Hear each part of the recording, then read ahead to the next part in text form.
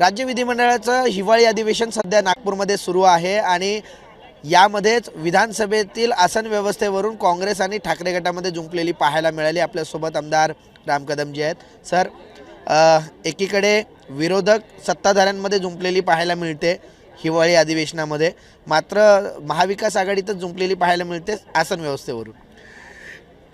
कसं लहान मुलांसारखं बालिश भांडण करत होते बघा।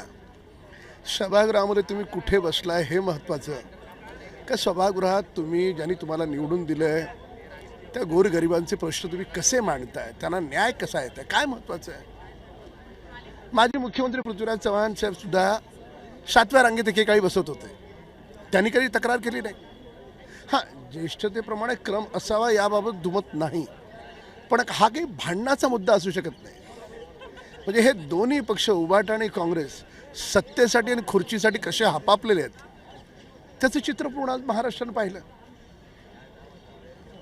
पण याच प्रश्नावरून आणखी एक, तामिळनाडूमध्ये जे कार्तिकेय स्वामींचं मंदिर आहे त्यांच्या प्रांगणामध्ये एक दीपस्तंभ आहे, तो प्रज्वलित व्हावा यासाठी कोर्टामध्ये गेले होते आणि कोर्टाने निर्णय देखील तशाच प्रकारचा दिला की तो जो दीप आहे तो प्रज्वलित व्हावा। मात्र याच्या विरोधात DMK गेलं आणि त्याच याच्यावरती ठाकरेंच्या खासदारांनी सुद्धा सह्या केल्यात।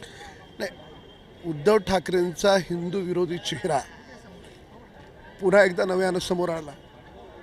म्हणजे अयोध्येच्या राम मंदिराच्या भूमिपूजनाच्या वेळेस याच उद्धव ठाकरेंनी प्रश्न उपस्थित केले।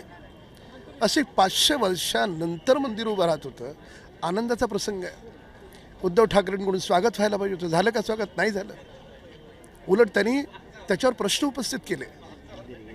आता ह्या हिंदू सनातन धर्माच्या परंपरेप्रमाणे तिथे दीप प्रज्वलनाचा निर्णय ज्या न्यायमूर्तींनी दिला त्याला सुळावर चढवायला निघाले ते, म्हणजे खासदार सह्या करतात म्हणजे त्याच्यावर महाभियोग चालवा का?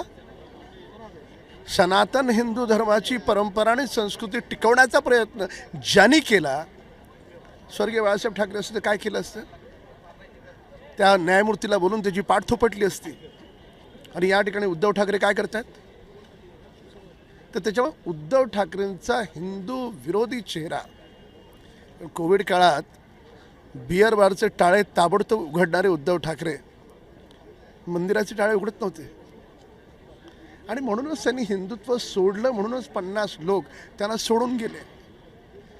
त्यामुळे वारंवार आम्ही जे म्हणतो ना की उद्धव ठाकरेंचं हिंदुत्व उरलं नाही, हे पुराव्यानिशी सांगतोय। नक्कीच, वारंवार आम्ही जे सांगतोय की उद्धव ठाकरे यांचं हिंदुत्व टिकलेलं नाही हे आम्ही पुराव्यानिशी सांगतोय, अशा प्रकारची प्रतिक्रिया जी आहे ते आमदार राम कदम यांनी दिलेली आहे। व्हिडिओ जर्नलिस्ट मनोज सोलंकीसह कुणाल भोईटे, जय महाराष्ट्र न्यूज, नागपूर।